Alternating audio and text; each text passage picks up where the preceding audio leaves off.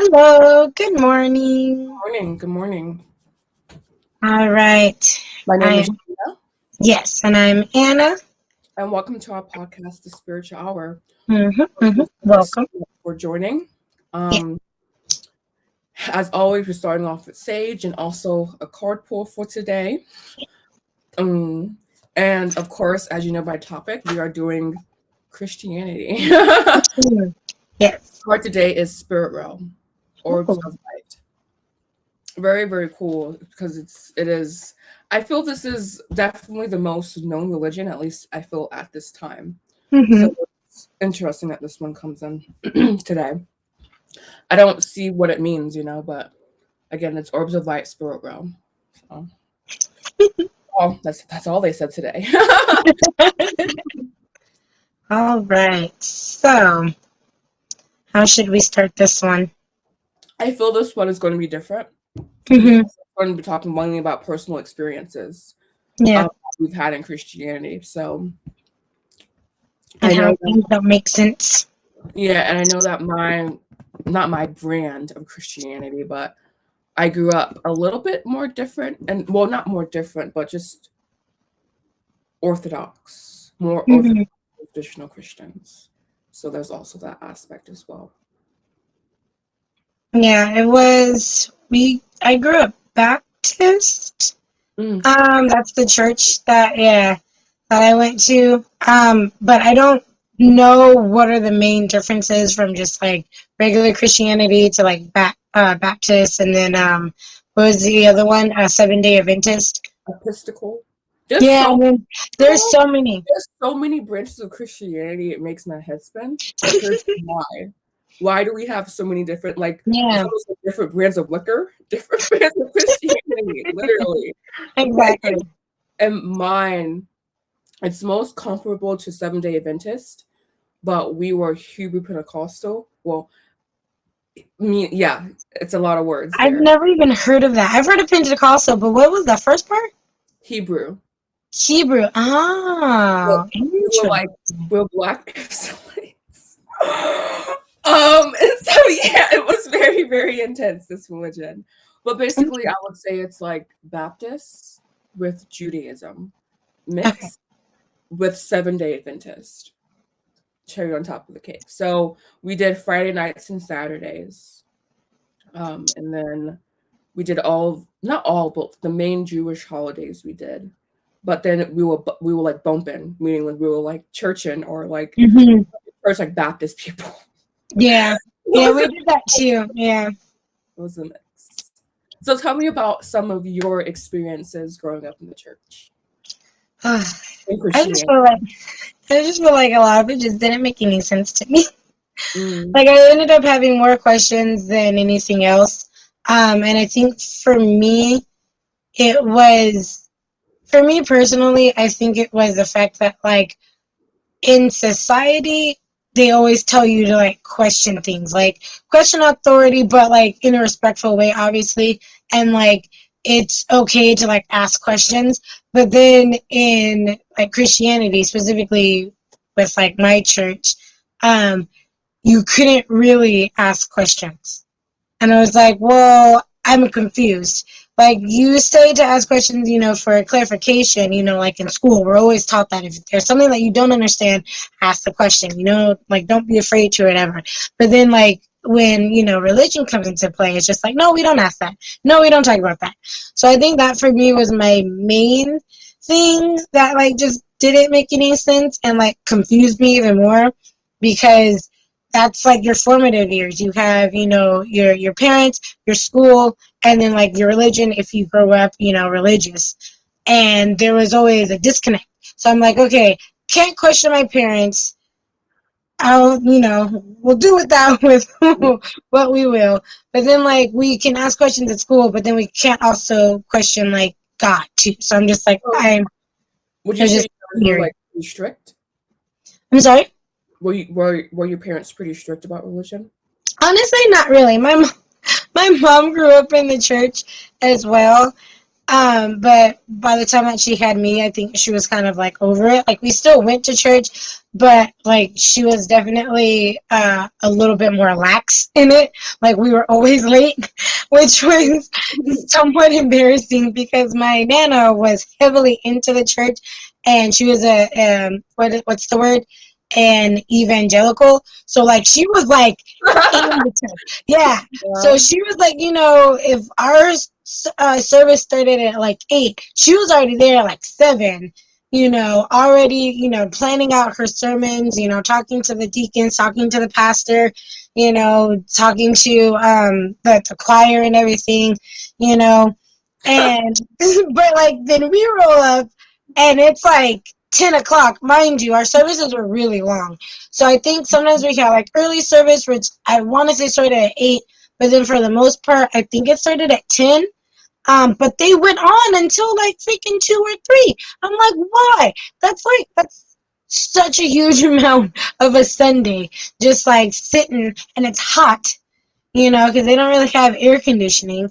And I'm just like, Yeah, yeah, so churches and no AC. I don't know what it no is. AC. That was not always, but I swear, like, just interject here, then you can continue talking.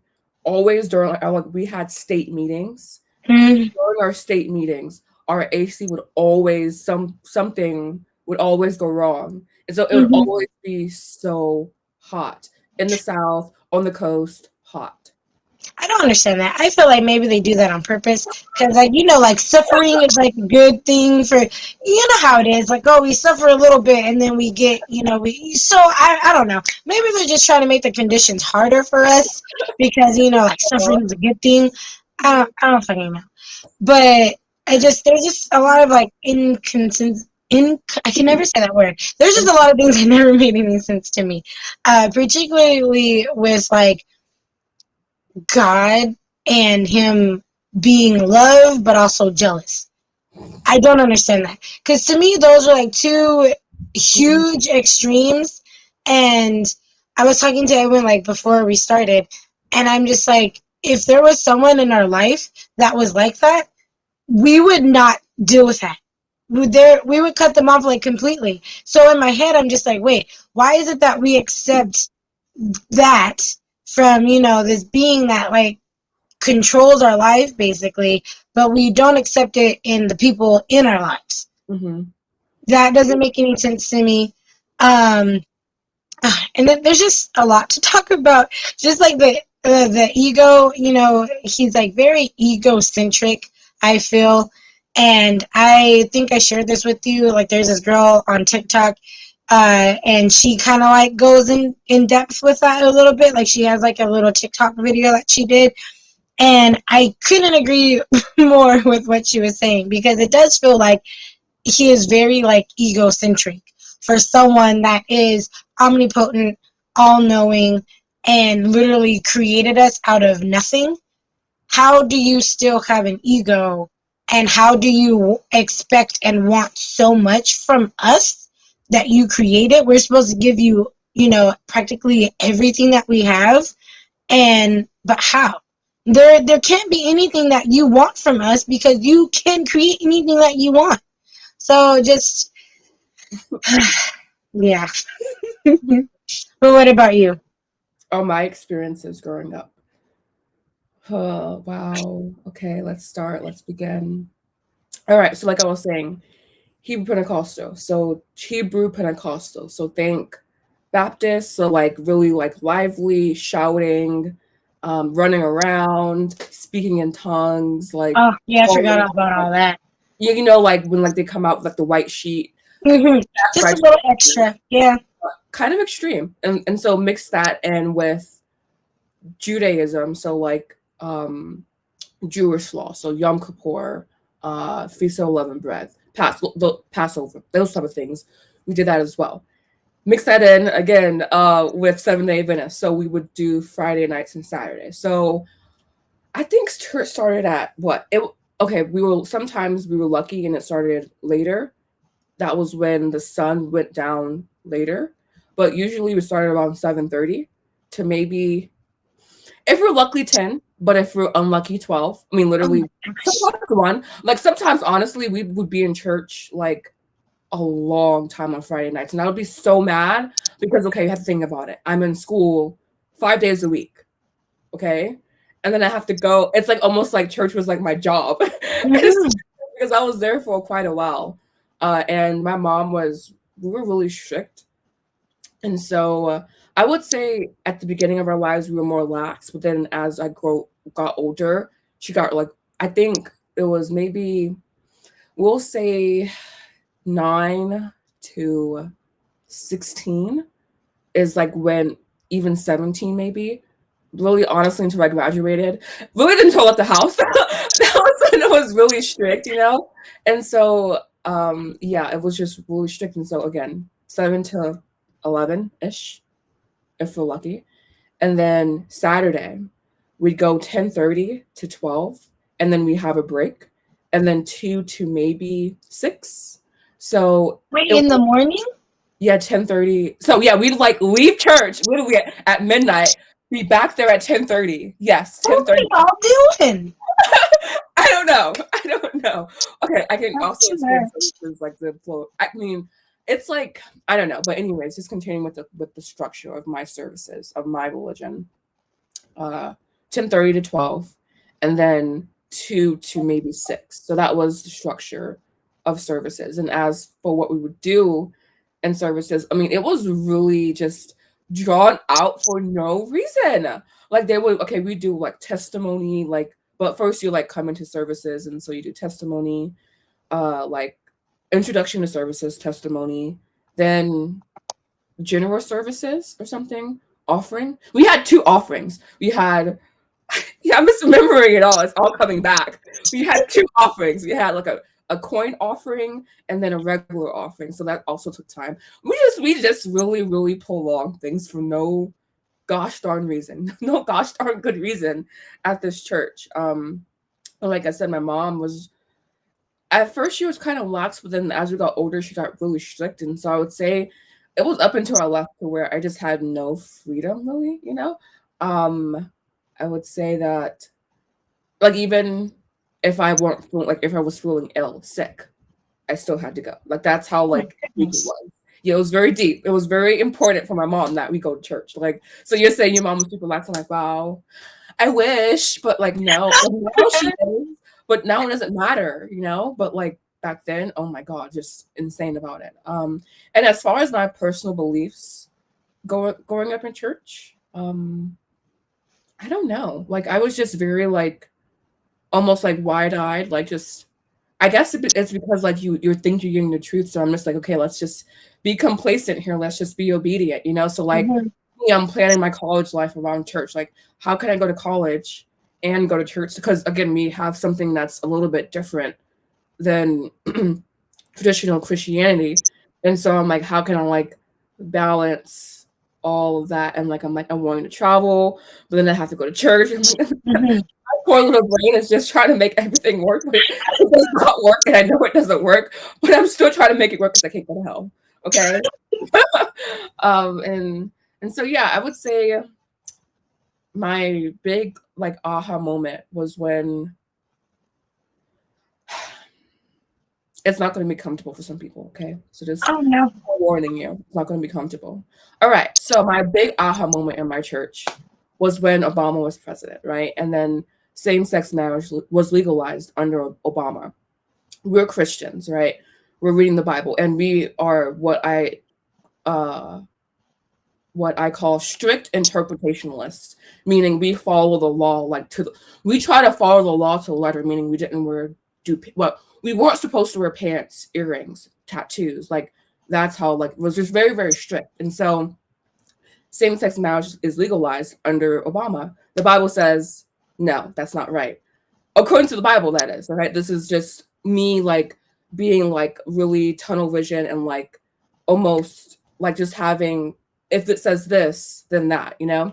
Mhm. And then so I was just confused as to why we voted for him, but then he's not standing for what we stand for and like what we were supposed to stand for in a church. So I was just for me, it created a really big blind spot and incongruency in the church, because I just felt that we can't say to follow everything else, but then when it comes to the person who's a figurehead, because he's what he is, like, I just felt that people in the church should not have been Democrats, basically, but the whole church was. Mm-hmm. But I felt that went exactly against our faith. So it just was to me how, I guess, socially we conform to that, but then ideologically and from the Bible we follow something completely different. Like, it just didn't make sense to me, that big gap and incongruency.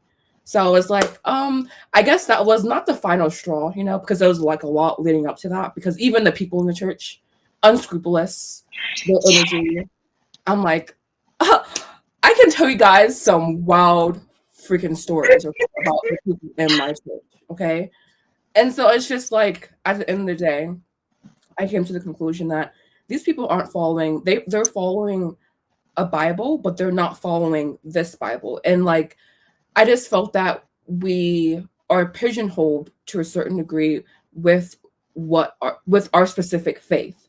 And so I just felt that it's either we don't vote at all, or like we don't, it's just, again, an incongruency was created in my head. And I was like, yeah, I'm going to take some steps back. And like, I never really believed in my faith. I know that may seem strange, because like I'm so like focused on what the Bible says and rules and whatnot, but I never really believed in it anyways. But that one thing, or several things, but that big thing, it just kind of turned me off completely, because I just felt that we weren't, how can we honor what the Bible says, or say we honor what the Bible says, but then socially we don't? Like, it just created a lot of confusion. And I know, again, that's not like, it's maybe not PC to think that way, but again, like, as someone growing up in church, and I never, by the way, I've never hated gay people, or like, the Bible says what it says. And so if I'm going to be a strict interpretationalist of the Bible, but then you're not following that socially, I just had an issue with that.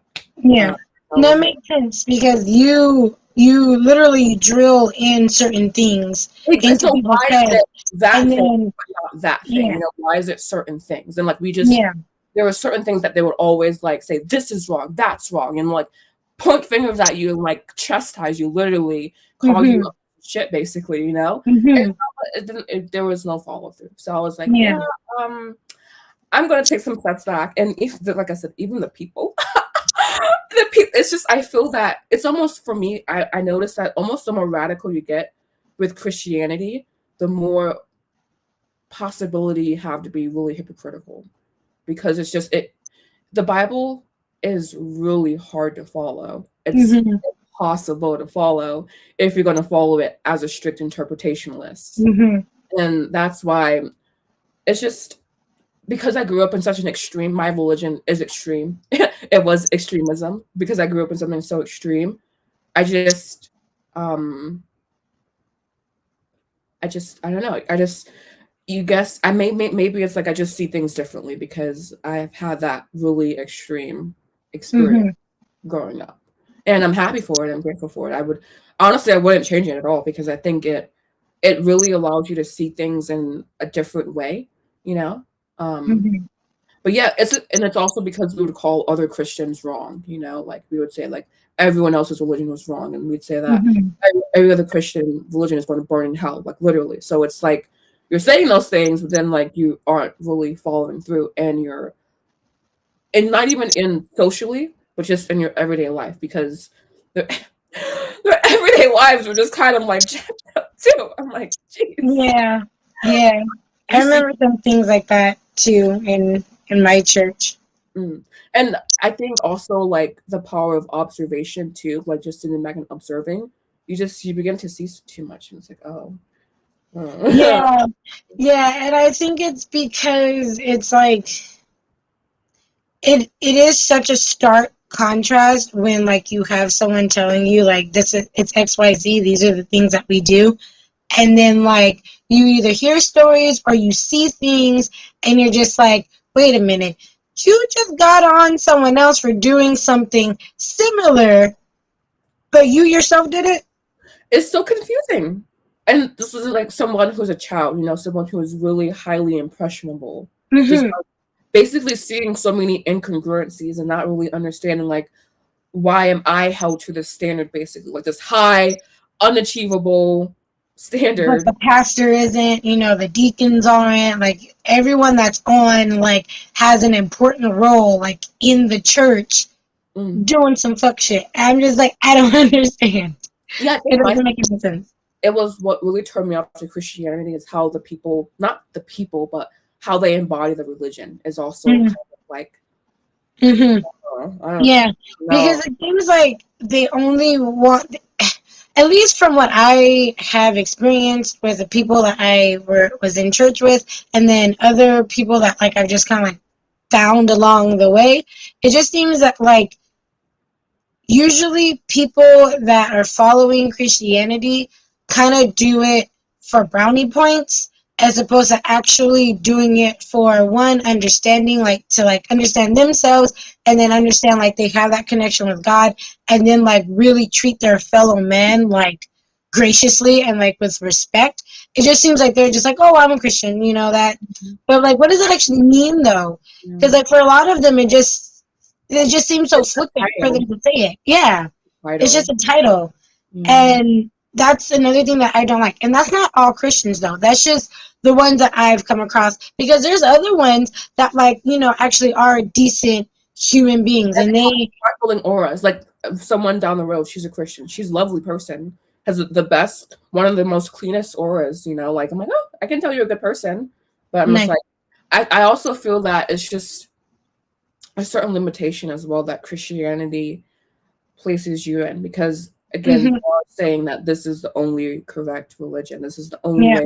This is the way that everyone. Other religions that came before it, and then not only that, like if you really like study Christianity, there's way too many similarities to the predating religions that came before it. I'm just like, so you're not even what's the word, unique to like what you're doing. And I wish that people could at least acknowledge how culture has been impacted by other. We know nothing has developed independently. We are all interdependent, and Christianity is no different. You know, it doesn't take away from. I guess it kind of does, maybe to some people, but for me, it doesn't take away its. I don't want to say beauty, but its presence, we'll say. But it does take away certain things, like saying this is the only right religion, this is the only way to live your life, and if you don't. And my thing was also like, again, going back to my like Pacific branch religion, we were the only right one. So I'm thinking, so what about people in Africa? You know, what about the people who like had no chance to hear what we are hearing now? Like, because mine was started in 1900s, so it's relatively new. So I was always like, so what about the other people, you know, the people who they don't even speak English. So how can they know who Jesus is and like all these types of things? Just real questions, but like the more questions you have, the more you understand that they will not be answering them. You are talking to a wall. No, they definitely won't be.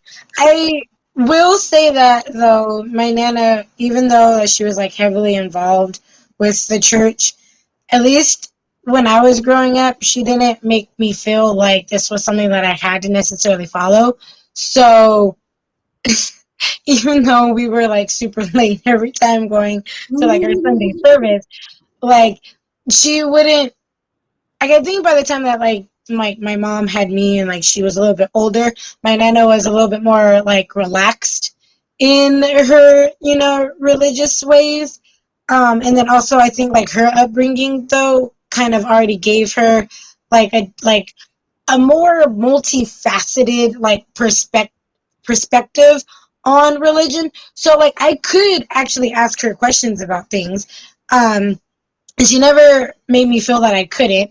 I even told her like when I was young, I think I was like 7 or 8, I was like, I don't necessarily believe in God, how he's at least presented in the Bible. Like to me, I brought up like I don't understand how he can be both love, but then also like jealousy, and then all the weird things that like he was doing, like the whole bet with freaking Lucifer, and on on Job's head. Like, why is that necessary to to have someone prove that they are, wholeheartedly into you and only you is just, it's weird to me. So I brought that up, and she was like, it's just one of those things where, like, you have to find your own path. I won't tell you what's right for you. If you come to the conclusion that, like, this isn't for you, then that's fine. And fast forwarding to after she passed away in, like, 2011, I unfortunately had to go live with my aunt, and that was kind of a shit show. But somehow she got, like, super into, like, Christianity again, and she was always into it, though, because she was also in the church. But, like, it was just, like, it became, like, super extreme. And then to the point where, like, I was like, I don't feel like I need to go to church. Then she was like, oh, what would your Nana think? And then I'm like, my Nana would be fine with it. We already had that conversation. We already had this conversation. Like, we're good. My Nana's probably looking down on you, being like, what are you doing? Leave that baby alone. Like let her be, sort of a thing. So I'm just like, it was just, that whole thing was weird. And then for me, it was also the fact that, like, it's almost as if, like, having Christianity, like behind you, like, as your support system, almost gives some people, like, a carte blanche to say and do whatever they want. Oh, yeah. And that's another thing that didn't make any sense to me, especially when I'm like, how are you so high and mighty on your high horse when you need to call on someone else to fight your battles for you? I don't understand that. Like, you accept no responsibility, you don't want any of the consequences, and you're just, like, literally give it up to God, but you're over here talking shit about, person A and person B. How are you so confident in it? Like, I don't understand that either. There's just so much that doesn't make any sense to me. The fact that, like, obviously God has, like, a huge ego. I wish that, I feel almost that but Christianity has been sullied to a certain degree because it's been, like, propositioned and shown as this, like, one true way, but really it's better words I'm trying to find, but as blunt as I can say, really it's a case study. It's like every other mythos out there or interpretation out there, But then we have to come in and, like, hawk it as this, like, bright and shiny thing. It almost takes away from it, versus add to it when you really exactly. Because I was honestly, if you want to be really, really, really, really, really blunt, right? I feel that today is the day of Gina being, like, blunt, and I was not going to be that way. I'm like, Gina, you have to, like, speak really well, but if you're really being blunt, Christianity represents almost a centralization of religion, meaning, like, it represents a winnings party's interpretation being diffused throughout culture. So meaning, like, I don't want to say a colonizer's religion because that's not I understand what you mean. It's not from that like weird mindset to where, like, I'm, like, upset about it. I'm just stating a fact. It's colonizers' religion. When places are taken over, the people who take over, they have something they bring, their culture, and part of that culture. And what we are seeing now basically is someone else's culture being impressed upon the whole of humanity, and that is so fair. Exactly. Like, we have our own shit, like there's other people that already had their own religion. And I never understood how, as Black people, and, like, and the people in my church are, like, what I call Black activists, and so it's just extra confusing to me how, like, they can, like, put on that garment, and say, I'm this, I'm that, but, like, this is not religion. It's really not, like, and it's not coming from this nasty place. It's just coming from a fact. It's not. Yeah, no, I agree, and, like, I don't have anything with Christianity, like, at all. There's a lot of aspects that I actually that do make a lot of sense. I want to, like, communicate that I'm not we're both, you and I, we're not like bashing this religion. We're not Mm-mm. saying it's right or wrong. What we are saying is that we should approach it from more of a less emotional standpoint, because there have been other religions before that, and there will be other religions after Christianity. It's not the end all. I can imagine a future where Christianity is also a mythos, like categorized literally as mythology. So it's like we have to understand how culture and how, again, how people's how when you are conquered, basically, you kind of don't have an identity anymore. And I think that's why we're seeing a lot. I guess I'm not going to tie into a world message, right? But I just feel that when you take away something like someone's religion or like their spirituality, which is essentially their identity, and replace it with something that's like not false, but just something that's not theirs. Yeah, when you usurp their own authority and say this is right, and we kind of get what we're seeing. Like a lot of people, you know, I don't know if that's appropriate to say on air. I'll say it afterwards, and you'll be like, maybe that was not appropriate to say on air. But yeah, just a lot comes from Christianity, and I want people to understand, if you like made it this far, you know, that it's not an indigenous religion, so we have to view it that way and understand it from that perspective. And even like people who like are white Christians, that's not your religion. That's not your religion. You should trace back your ancestry, and that's your religion. That's where unless you're like Roman and like actually from like, you know, Israel, like chances are you're not an actual Christian. Like it's what makes me even more sad is seeing like Asian countries adopt Christianity as their primary. Koreans are like super Christian, like super Christian, and it's odd. It confuses me because I'm like, you guys realize this is not what your people celebrated, and there's something to be said about evolving, but there's also something to be said about the old ways as well, and how I feel that it's almost like we have risen off of the backs of the old ways, you know, and so for me that says something big, because it's just, I don't know, they amaze me. The ancients, my peoples, my ancestors, they amaze me. So I hope you would hold your ancestors and their wisdom in the same regard. I know that my ancestors were not Christian, and I'm okay with that. I'm okay with that. My thing is just like, there's a lot of Christianity that I do still enjoy.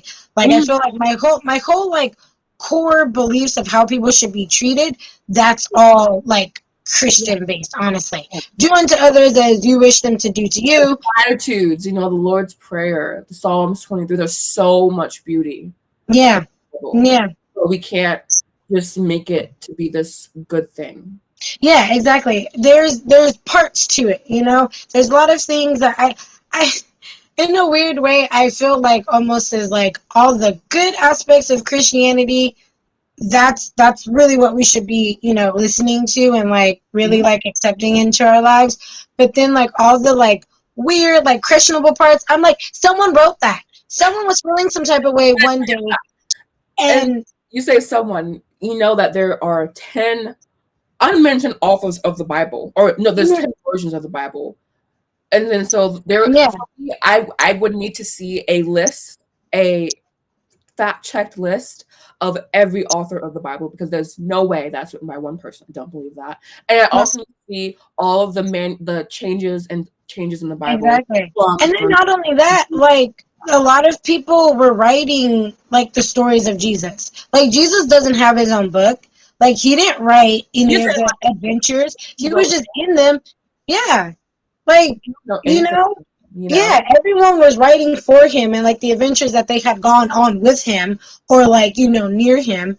But like, and then not to mention there's like other books of religion that he would write it himself. Yeah. I'm just saying you would think that you know, based on him that he would have sat down, had divine inspiration to sit down and write the whole thing. But then there's also this one thing that I remember seeing, and it was around like maybe like 2009 or 10, or no, maybe like 2007 or 8.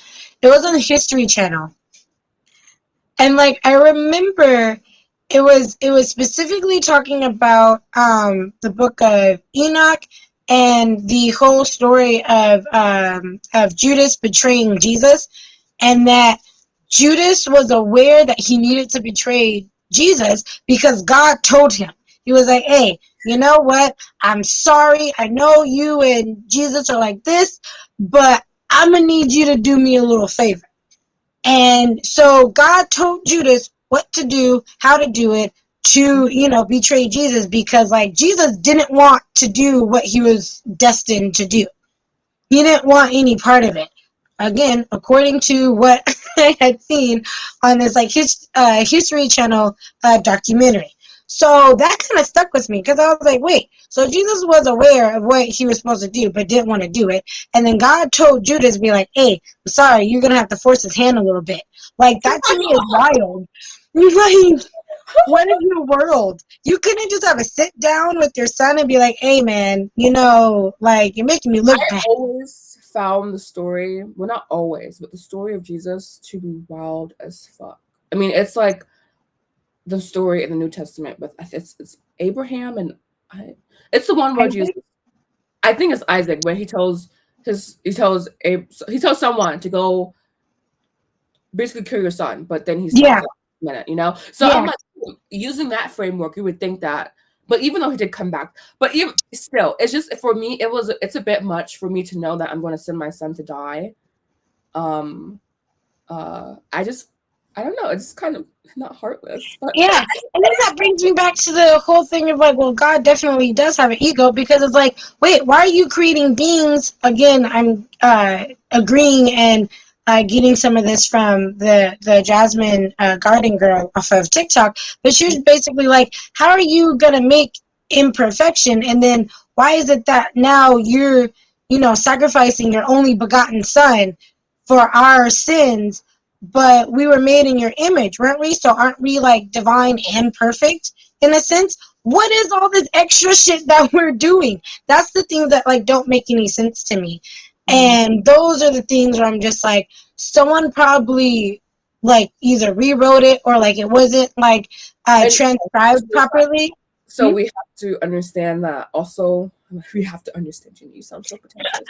But translation, how things are literally lost in translation, and how even in the Bible, I don't have mine with me, but when things, I've only read from, and I only suggest reading, I only read from, and I only suggest King James Version, because everything else to me is confusing, and then like someone else's interpretation of what the Bible is saying, technically.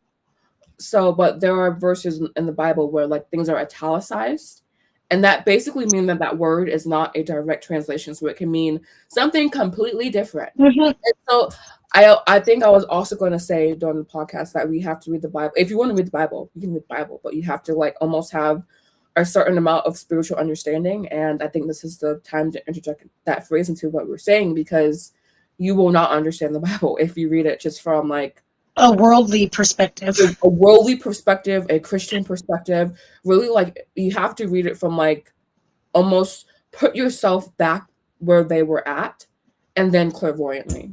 I don't know what that means to you, but what you kind of have to, because you won't understand it. It's a book that is, I feel that it still holds its otherworldliness, because a lot of it is written in a certain code. Meaning, I feel when it's happened to the Bible's energy, what I see is like a sheet and then like a white energy behind it, but the sheet in front of it is almost like not blinding people, but possessing, only allowing for a certain amount of interpretation or understanding. Say. And my Rudolf Steiner guy, I was going to do notes by him, but I'm like, I don't think we need to involve that level of confusion. Exoteric versus esoteric. Common understanding, but kind of surface level. esoteric, deep understanding, more so of a spiritual behind the veil understanding. Mm-hmm. In my opinion, you won't be able to understand the Bible just from reading it from a Christian perspective or Yeah. any perspective. Any perspective that does not involve clairvoyance. I just don't know what you're going to get because it's hard to understand. Mm-hmm. Even reading, for me, I don't want to say for me because I'm like, that sounds so pretentious, but like I feel that I do possess a certain amount of spiritual understanding, and it's still a really difficult book to like. Yeah. Basically, it's like reading Romeo and Juliet, or one of those really like. I remember in AP we would do like interpretation where we would see like basically what they're trying to say behind the words, and I was always really good at that. So I do have some background a little bit. That was my favorite too, though. I love doing that because That was like, yeah. decipher what they're meaning, and that's what you have to do with the Bible. You have to like decipher the code, and yeah, not many people will progress to be able to do that.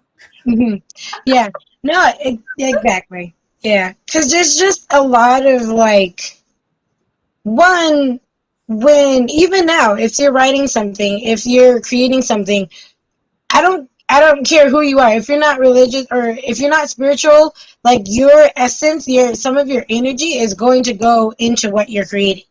So with that being said, people that were writing like these stories in the Bible, mind you, secondhand accounts, because a lot of the time it's not. The Bible is not a primary source. It's not. So it's like you're getting all these different people's, energy that went into making it, and then how they, wanted to view this story, how they felt about it. If they didn't like this person, then like they wrote about them still though, and then like you're picking up on something. So even if you're not aware of it, even if like you're not like super spiritual or whatever, like that energy, you're still getting some of it because that's just how energy works. Like it's a transference. Anytime you create anything, a little bit of you goes into that thing, and then people are like, oh, they can recognize it, like, oh, I know that you made this because like I can kind of feel it, even if they can't explain how exactly, but it's like, oh yeah, this looks like something that you would make. So with that being said, it's like you almost have to take everything within the Bible and just like with anything that like someone else is telling you with a grain of salt. Like even what we're saying right now, there's no reason why you should believe what we're saying wholeheartedly. Go do your own research. Always do your own research. Yeah. This is just how we grew up, what our experiences were in the church, the area, the people that we were surrounded with. That's our experience, and we're connecting it to things that we read in the Bible, and then as we got older with like being a little bit more spiritual now and like seeing things, from a different perspective. That's all we're doing. And again, I have no issues with Christianity. There's a lot of it that I'm still like, I respect and makes a lot of sense. And I believe in the Christian God in the Bible that is the love aspect. All the good and wonderful things that he was doing, I think that is the true, Christian God. All that other weird shit like the sacrificing and all the weird like it's like and stuff, I'm like, no, that's weird. Whenever sacrifice enters into the building, you gotta take some steps back and understand what type of matrix, like what type of energy, what type of matrix that you're connecting into. And one of my peoples, one of my gurus, whatever, she was like, this is how Mayans basically started doing it was some South American prominent society. They started doing human sacrifices because they were tapped into some weird shit. And I feel that at least the interpretation of the God that we have in the Bible, it's some weird shit. And I do respect the duality aspect of it because I do like that. But it's like when you don't have that, again, the esoteric, like just, I don't know. A lot of it can quickly be lost in translation and you can quickly be doing weird shit. Like I think in the previous episode, communion, how we were saying we're taking the body and then the blood of him as well. That's weird. Shit there. Okay.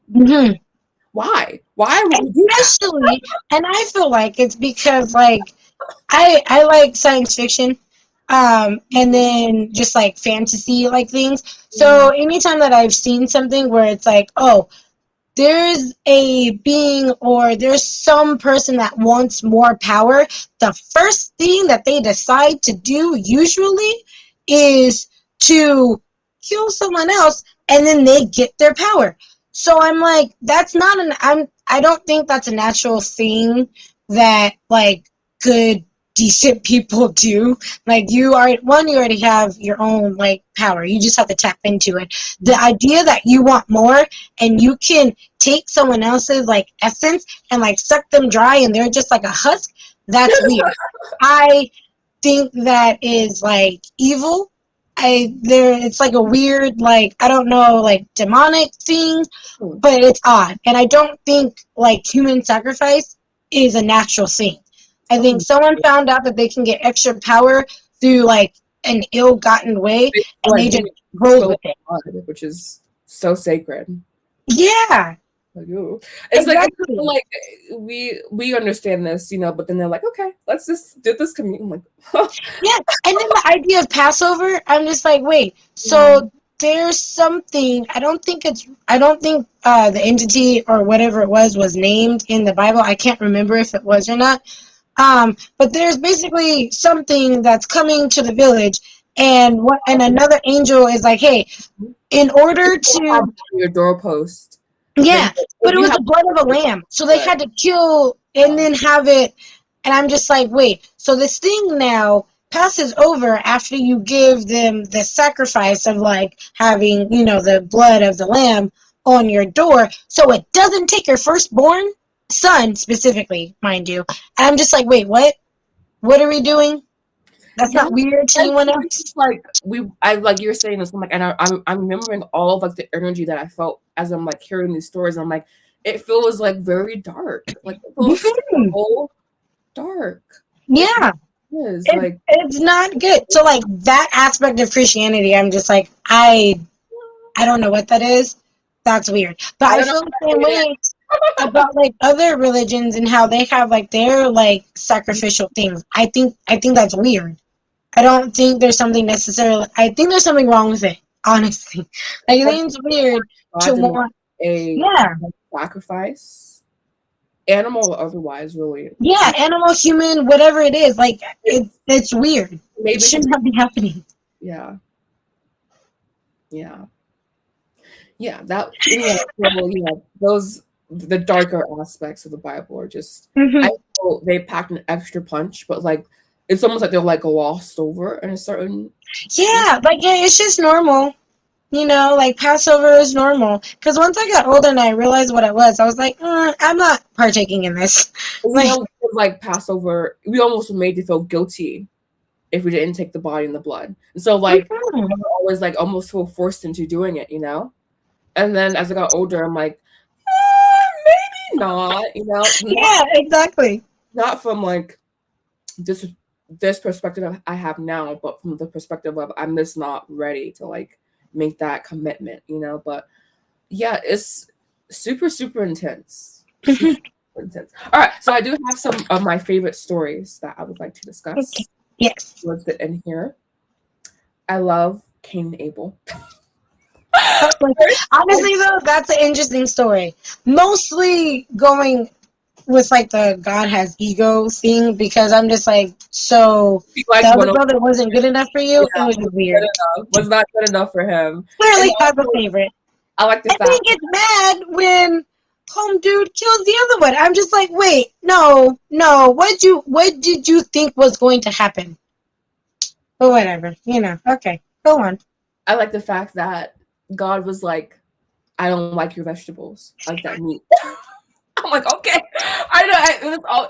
Just thinking about it is, I would think that God would be more receptive and more open to like the vegetative, like no sacrifice involved, like no killing basically involved. Right? Yeah. I like that. I like Abel. I like what he did better. So I found that one to be very, very interesting. And also, then it's like, well, you gave him this farmland. Like, why'd you set this man up like that? And then that's the other thing. You already knew it was gonna play out this way. You gave him. Like, come on.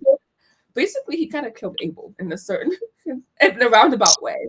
But Yeah. also how Cain established the first cities, because cities are hell. So I'm like, I think Cain was on. They're onto something on this with this one here. My next one, Jonah and the whale. I freaking Oh, that's a good one. one because I liked how he had like obligation to like do something. He's like, nah, I'm good. But then God was like, nah, you're not good. So he got, of course, swallowed by the big fish.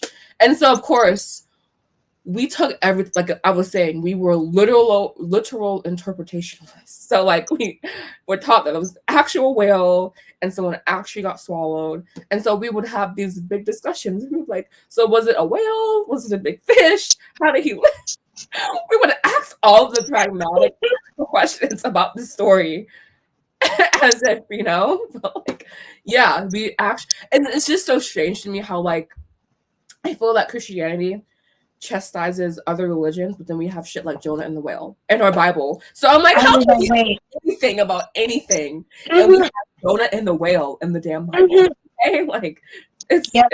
it's kind of like incredulous, just like having another perspective and like looking back on it. I'm like, we were taught literally that this was real, but then we're questioning other people's like Right. experiences. I know.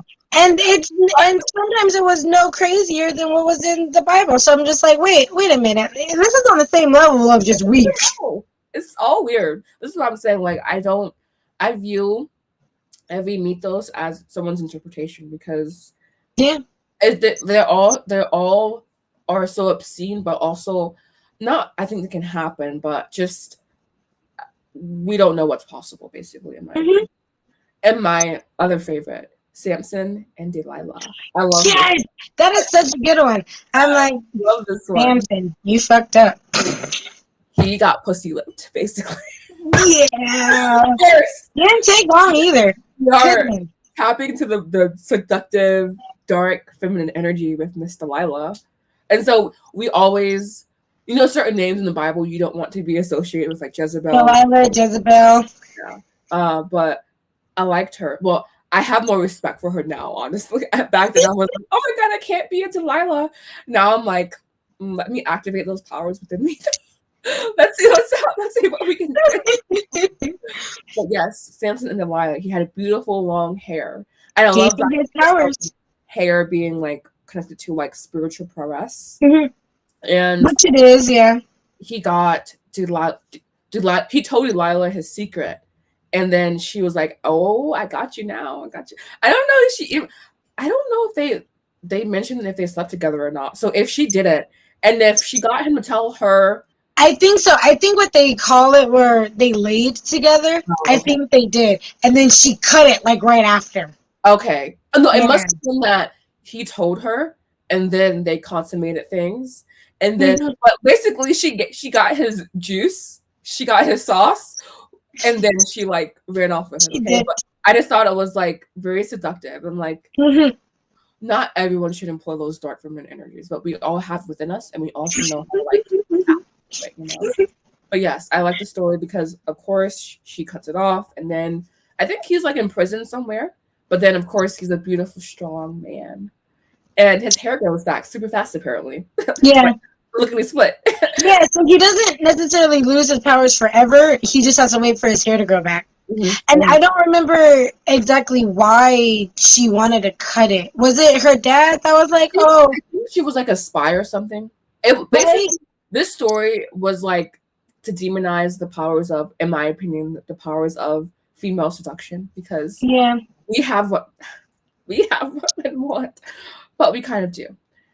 But yeah, I like the story because it showcased her, but also showcased how strong he was, and of course he like rises from the ashes and like I think he dies with the people that he toppled because there was like a party or something, and then he was chained up, but then like he got he moved the pillars or he broke the pillars, and so like the whole building or I want to know. That was a weird story to where one or two pillars falling just completely crumbles the whole building. Really shoddy workmanship, by the way, guys. But yeah, that was one of my favorite stories because I like how chaotic it was. I like the hair aspect. I liked Delilah. I liked everything about it. really cool mythos. And then I have a lot of stories, but my last story I mentioned here, David and the woman that he saw bathing, how literally he killed someone to get that. He killed someone to get to her. That is really I forgot about that story. Oh my god. really intense lust. And it's always, I feel that God always chose the most unscrupulous men and like raised them up, basically. And I'm like, how can you choose the most dastardly people to love, you know? But I felt like I had to work so damn hard, you know. But then like the people in the Bible, they're like just sitting left and right, and they're just like, I don't And then know. he became a hero because he killed Goliath, and I'm just like, okay, like all right. Absolutely absolved from killing that man for that woman. Or at least sending him to war. I don't know like the entirety of the story. I just know like how you know the Bible, but like for me personally, it was so shoved down my throat to where I was like, I kind of dissociated a little bit basically every time I went to church. So I was like, I was there, but I wasn't there basically. Yeah. Like it's in there, but it only comes out if like when me and Evan were like watching Supernatural, I'm like, yeah, that's a story that's in the Bible, or yeah, I know that angel, yeah. It's like fuzzy, really fuzzy, and it really it just I wish I paid more attention, because again there's so many like cool aspects in the Bible, but it should not be taught as the one truth, because it just takes away from the overall beauty of it, in my opinion. Because if it was taught as if everything was taught as this is an interpretation, yeah, because then it gets radicalized. Because when people feel like whatever they're into should and is the only thing, it's like, well, fuck everything else. You know, and it's also like, well, you're stupid for believing in that when, like, I know that this is the thing. And I'm just like, but you don't know that. You know, like, we have no idea. We have no idea. And I wish people would be more, like, honest, I guess, about, like, this is what I think is right. And I don't expect everyone else to live by it. Because you were saying how, like, some people just do it to hope to not be right. And I knew someone like that. She was like, I'm not going to say who, but she was like, if it's right, yay. If it's not, oh well. But I'm like, what? I can't live my life like that. Like, no, that's not a way to live. Like, that's like having one foot in, one foot out, basically, in a certain sense. Yeah. It's weird. I feel like a lot of people use, and honestly, it's with any religion, because it's not just Christianity. Like, they use that, like, one foot in, one foot out rule, where it's like, but I can do this because I know that I'll get absolved of my sins. You know, I just have to go to what is it? Like for Catholics, so they just have to go to confession. Yes, confession, you know, and then they just have to say like 12 Hail Marys, you know, and then they're good. I'm just like that, like what? Like it's not that easy. Like especially if like we're to believe that like we're sinners just for being here. You know, and then like how do you absolve sin that was kind of given to us just from being here? I don't understand that. And that was always something that kind of like rubbed me the wrong way. I was like, wow, I didn't really choose to be here, you know? And now I'm shouldered with the burden of like repenting for simply existing. Yeah, I'm like, wait, what? It's like you're dirt, and because you're dirt, you're going to be chastised. I'm like, okay. Basically, like, that's not fair. And it's so much pressure for like a little girl. Little girl me, you know, but it was so much pressure. So I'm like, well, it's like for me, again, it was very radical. So I'm like, I had to imagine the entirety of my life surrounded by this one thing. And it was just a lot of pressure, I would say. Yeah, it's definitely a lot. And for something that like we don't even know if it's true or not, you know? Like, I'm just like, any favorite stories of your own? Oddly enough, I really like I like the flood. I know. That's so funny. I like that one, and I also like the one where it was like the city turned into like salt or something. The lady turned into salt because she looked back. That one. Yeah, I the stories. I like that one too. The stories of destruction in the Bible are quite. It's really messed up, but then it's also beautiful in the way. if you only think of it in terms of like the destruction and the chaos brings something else to flourish. Like that's why I like the flood story. You know, that's why I like Noah, because it's like he was telling people, you know, he was like, hey, for some reason God wanted to let me know of what was gonna happen, and I'm now charged with like building this ark for people in the community. Like, come on, like let's go. And then they're like, nah, we're good. And then he's like, well, I'm getting my family out and all these animals. And then sure as shit, the flood comes and they're like, well, you know. So I like that story because to me, it makes me like think that like you should always listen, like not always, but like you should listen to people when they're trying to tell you something, regardless of if you believe it or not. But like at least have it in the back of your mind just in case. You know, especially if like you believe in God at this point in time, but you're just like, nah, that's not true. I'm just like, what in the world? What do you mean? That's not true. Like, why would you, if you were like so wholeheartedly like, you know, in your religion, why would you not believe that someone is trying to help you? Like, hey, like, you know, there's something coming. Let's get out. And I also want to say this. For everything we said today, I still believe in God. I still believe in Stephen. I still believe that back to Rudolf Steiner, he calls it the mystery of Golgotha, meaning like it's something that basically he says from a certain period in time, maybe from like in my head, I mean, I view it as -4 to +4, but like, you know, 0 minus plus. So before Yeah. about 400. So AD to BC then. Yeah. Yeah. It's a very interesting, unclear, transformative time, apparently around when Jesus was born. So I do believe that there was an interception of divine wisdom or knowledge or something that came and almost brightened the consciousness of humanity. The Christ impulse, love. Christ is love, right? But then Christians, we have to take it really far and like really, and we also lose I feel that Christians also, they can like lack historical context as well, and they don't think that it's important to also have I don't want to say history on your side because that's not always the case, but at least doing some research about like history, the area, and then the culture of that area, and then the other things that like all of the moving parts that would be more directly impacted, I would say. So yeah, he calls it the mystery of Golgotha, and I would say it is a fucking mystery because even still, I'm really unclear, you know. But again, I do believe in God, I do believe in Jesus, and I do believe the Bible has so much wisdom to offer us. But then we can't follow anything blindly, and that includes the Bible. So yeah. It's weird because I have a lot of respect for Christianity because I think it has made me into the person that I am today. But I also know the drawbacks. I know the drawbacks of radicalizing the religion basically, and I feel that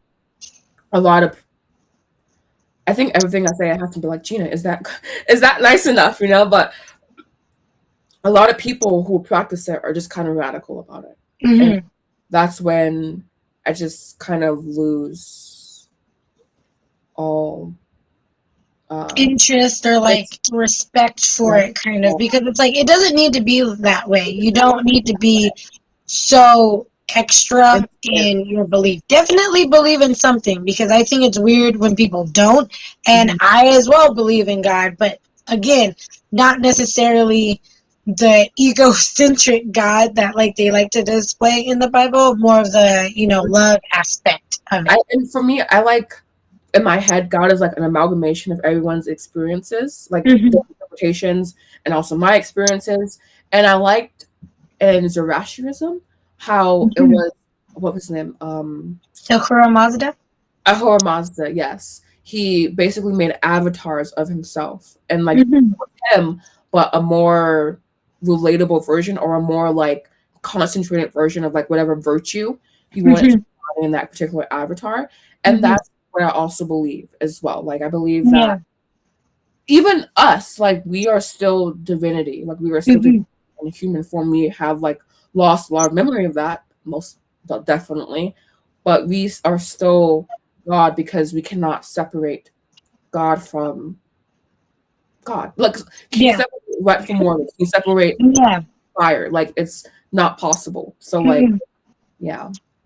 I think Christianity is one of the few religions that we were looking at most recently that doesn't bring up the point of that word emanations. Like, they don't talk about how God has emanations. And Before also, all the really quickly, sorry, you said that, and also he has no bride, which always kind of like yeah, everyone else has like a consort or like they had something else. But he Yeah, said a pair. couple, but he doesn't have a couple. Like, I was always so confused by Yeah. that. But yeah, you were sorry. I didn't mean to interrupt you there, but that was No, something I wanted to mention before. yeah, that was interesting too. Honestly, now that you think about it, because like everyone else has a pair, but he doesn't. Then So it was just him, which doesn't make any sense to me because we know that the universe is male and female like energies coexisting. So the fact that like this God doesn't have a he's just, pair, you know, he it's a little should bit though. patriarchal. Yeah, but But it's it's interesting though because in like Judaism, they recognize Sophia as like the opposite of God. So, but we don't in right. Christianity. Why? There's a lot in with like Judaism that I feel like, yeah, that makes sense. Why don't we have that? They're very aware of the other books of the Bible, and they're like, yeah, that's a thing, and we're just like, nope, doesn't Judaism exist. is more esoteric than one would believe. Yeah, Judaism is like super esoteric. They have, yeah, because they believe in the book of Enoch. They have the book of Ruth. They have, what's the other one? Oh, I forget. I can't remember the other book. But then they have like their Kabbalah, Kabbalah. You know, that's like super like spiritual, like magic-y based. They have their own magic, and they're very aware that that is a thing. Gematria. Guys, we're telling you a lot right now, but pay attention. Okay, there's a lot because I just feel that, like I was saying, it's so exoteric, meaning like it's so common, but the truth of Christianity is very esoteric, and it's almost a disservice to the whole of humanity because again, this is what we are propagating as truth. This is what people are changing their indigenous religions from to this religion. Yeah. But then it's so surface level, and it's so surface level, and then like in a weird way, it takes you from like yourself, and then also like nature. It takes you away from yourself, away from God, and away from nature at the same time. Yeah, at the same time, and I'm just like, damn. Yeah, but then you want to talk about the Holy Trinity, and I'm like, well, that's always something. Okay, so for me, I always interpreted the Holy Spirit as the feminine aspect. Yeah, I did too. I really like put that. It was always just the Holy Spirit. I'm like, what is the Holy? Like we have the Father, the Son, the Holy Spirit. The Father, the Son, right? Yeah, or yeah. Like, but it's interesting though because going back to the Sophia thing in Gnosticism, and then like in some Greek Orthodox religions, they are aware that the Holy Spirit is Sophia, and she has a name. It's like Hagia Sophia. Like Hagia is like holy, and then Sophia is like wisdom, so it's like holy wisdom. But like they are aware that Sophia is the feminine energy, and it is the Holy Spirit. Why we don't have that understanding in Christianity is odd. I don't know why it's so like. I don't know why I think the crux and the downfall and the complete shadow of Christianity is the fact that there is no feminine energy. And and that the females that we do have in the Bible, they demonize or they die. Yeah, they demonize, or they're like just very submissive. You know, like I'm not saying that in a bad way, but it's just like they're very like they're submissive to a fault, because like I feel like there's a reason why we should be submissive to an extent, but like it's like you do nothing for yourself. Like it's like in writing, it's either you're motivated by external or internal, and they're very just like helpless, I would say. And I don't like that. And what we're like, well, that's what I was fed, you know. So I'm like, wow. And I don't believe that's necessarily true either. And then I feel like because we have that idea in Christianity, a lot of the times, a reason why a lot of men are, misogynist and they happen to be Christians is because, because they don't see the women as being like strong. It's just kind of like, well, you're just here, and like that's not really the case. All right. I think this was a good one. Again, different from the other ones because like this one was just our interpretation, our perspective, and like our experiences going into it. But yes.